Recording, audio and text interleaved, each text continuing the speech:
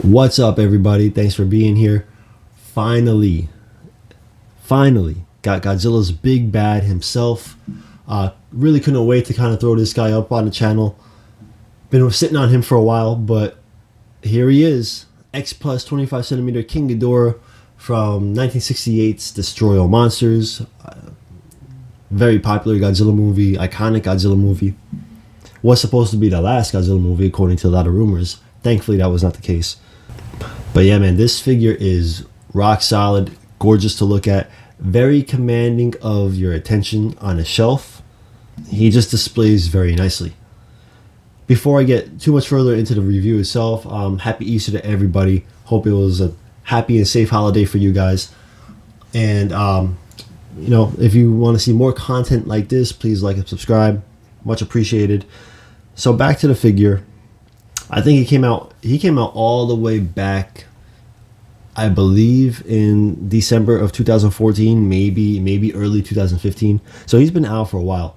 And I never really expected to have this figure because just like the 25 centimeter Biollante and a lot of the Mothra figures, I mean, they just starting off retailing before shipping, they're already usually over like the $400 mark.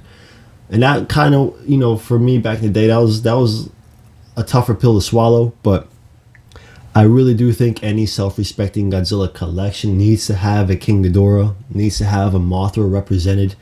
It just, unless you're strictly just all Godzilla, it's a must. It's like having like a Super Mario collection without a Bowser, or having a whole Batman lineup and not having the Joker. You just can't do it. It just feels incomplete. So Showa King Ghidorah is probably still my favorite version of the character, probably still my favorite iteration. I really liked the backstory that he had. I mean, he just has he's like this space demon that just has been going through, the solar system for like a millennia, just kind of extinguishing all life on planets one by one before he finally gets to Earth. And he's such a powerful force that it takes Godzilla teaming up with Mothra and Rodan to stop him.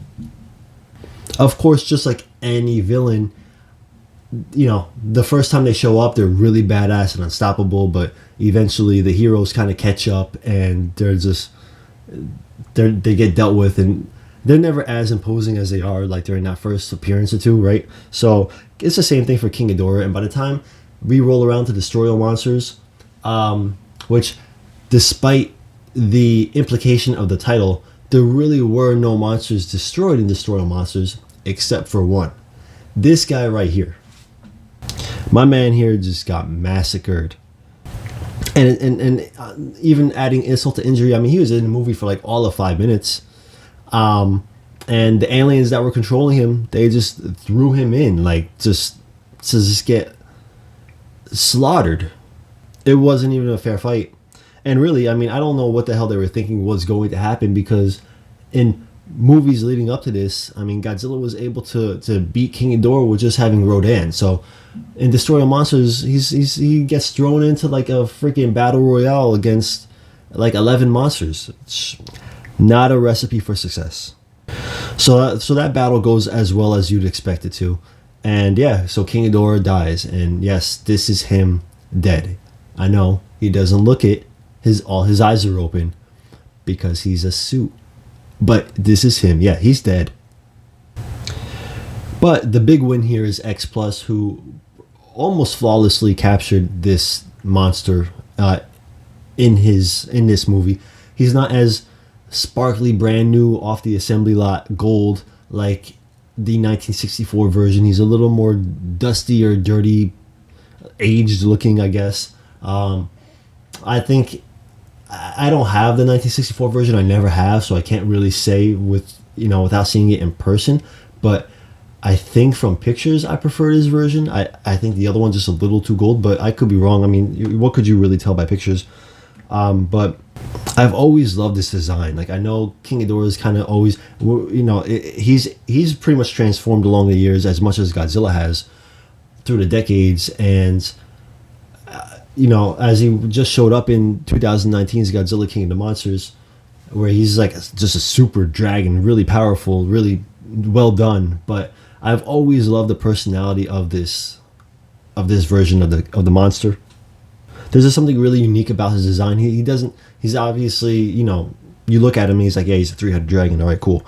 But just the little nuances. I mean, the eyes are really neat. I love the horns, and my favorite thing about this version is like the little crescent moon shaped things on his head. I wish they kept that through the years, but they kind of like forgot about that. The manes and the neck are pretty cool. I mean, he's just different. Like, it's really cool. Now pretty much all the King Ghidorahs, they just look like real serpentine, just dragons. But it's little touches like that. I just appreciated the personality on him.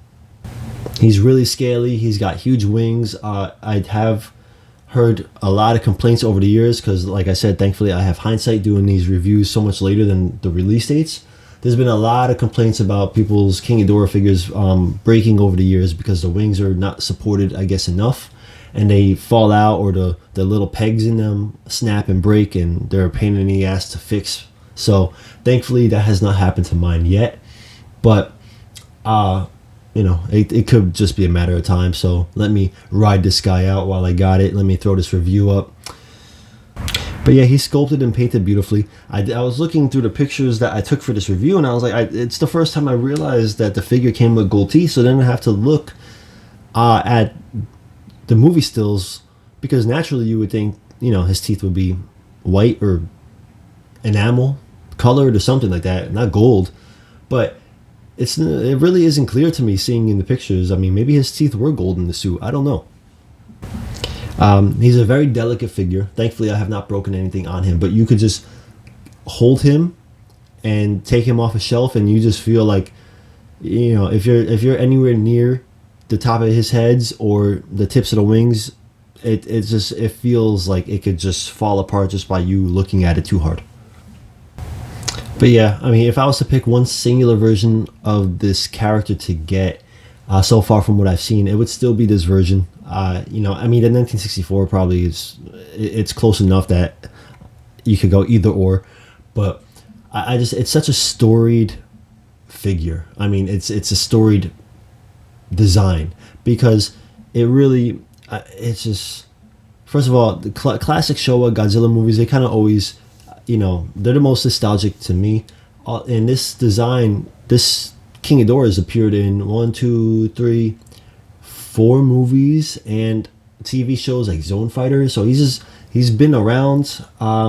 He's just part of the legacy. Really, he's just more iconic to me than the Heisei King Ghidorah or Mecha King Ghidorah or any of the ones from like the Mothra movies. Definitely more than the one in Godzilla Final Wars. Maybe the Monsterverse one is really, really cool. I love the way he kind of like crawls like a bat or like walks on his wings. I think that's a really neat, unique twist on a character, and that's probably the stiffest competition for me. If I was to pick one King Ghidorah to keep in my collection, I could see myself potentially going that direction. But ultimately, for now, I'm more than content with this guy until he probably breaks on me, or one day I just wake up and see his wing on the floor. I just mentally already got to put myself into that situation. Just expect things to go wrong and you won't be disappointed, right? Yes, I just watched Spider-Man. But anyway, I'm gonna cut this review right here, just because I really didn't take a lot of footage for him in this. This figure's been out for so long. I know everybody's already seen him. So, but thank you guys for watching. Thanks for checking this out as always. And again, like I said before, keep it coming, man. Like and subscribe. Got more things coming up for you. Appreciate it. Everybody be safe.